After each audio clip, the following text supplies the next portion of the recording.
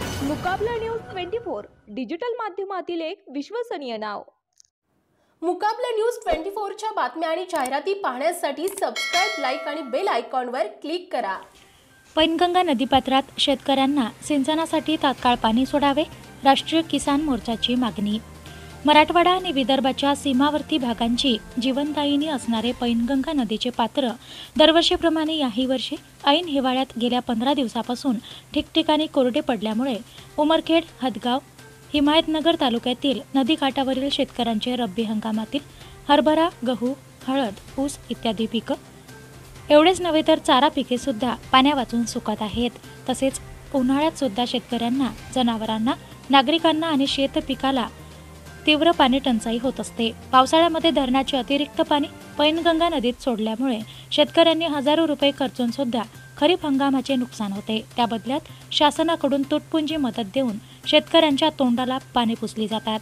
अशा मागण्यांचे निवेदन दिनांक 23 डिसेंबर 2024 रोजी दुपारी अंदाजे 1 वाजता राष्ट्रीय किसान मोर्चाचे राज्य कार्याध्यक्ष चक्रधर पाटील देवसरकर तथा भारतीय युवा मोर्चाचे राष्ट्रीय महासचिव विद्वान केवटे यांच्या नेतृत्वात उपविभागीय अधिकारी यांना देण्यात आले। यावेळी ॲडव्होकेट शिवाजीराव वानखेडे, दीपक चंद्रवंशी, बाजीराव गायकवाड, दशरथ पतंगे, चांदराव सुरोशे, मल्हारी दवणे, बापूराव वाठोरे, अक्षय सूर्य, पांडुरंग कदम यांच्यासह मोठ्या संख्येने शेतकरी बांधव उपस्थित होते। पैनगंगा नदीपात्रात शेतकऱ्यांना सिंचनासाठी तात्काळ पाणी सोडण्यात यावं यासाठी उपविभागीय अधिकारी कार्यालयावरती आम्ही सर्वजण आलेलो आहोत।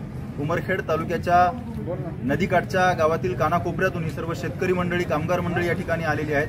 आम्ही सुद्धा भारतीय युवा मोर्चाच्या माध्यमातून राष्ट्रीय किसान मोर्चाच्या या मागणीला आमचं संपूर्ण जाहीर समर्थन करत आहोत। शेतकऱ्यांना देशोधडीला न लावता शेतकऱ्यांच्या हिताचे निर्णय शासनाने घ्यावेत यासाठी आम्ही या मागणीचं पूर्ण समर्थन करतो आणि राष्ट्रीय किसान मोर्चाच्या या मागणीला युवा मोर्चाचं समर्थन देतो। धन्यवाद।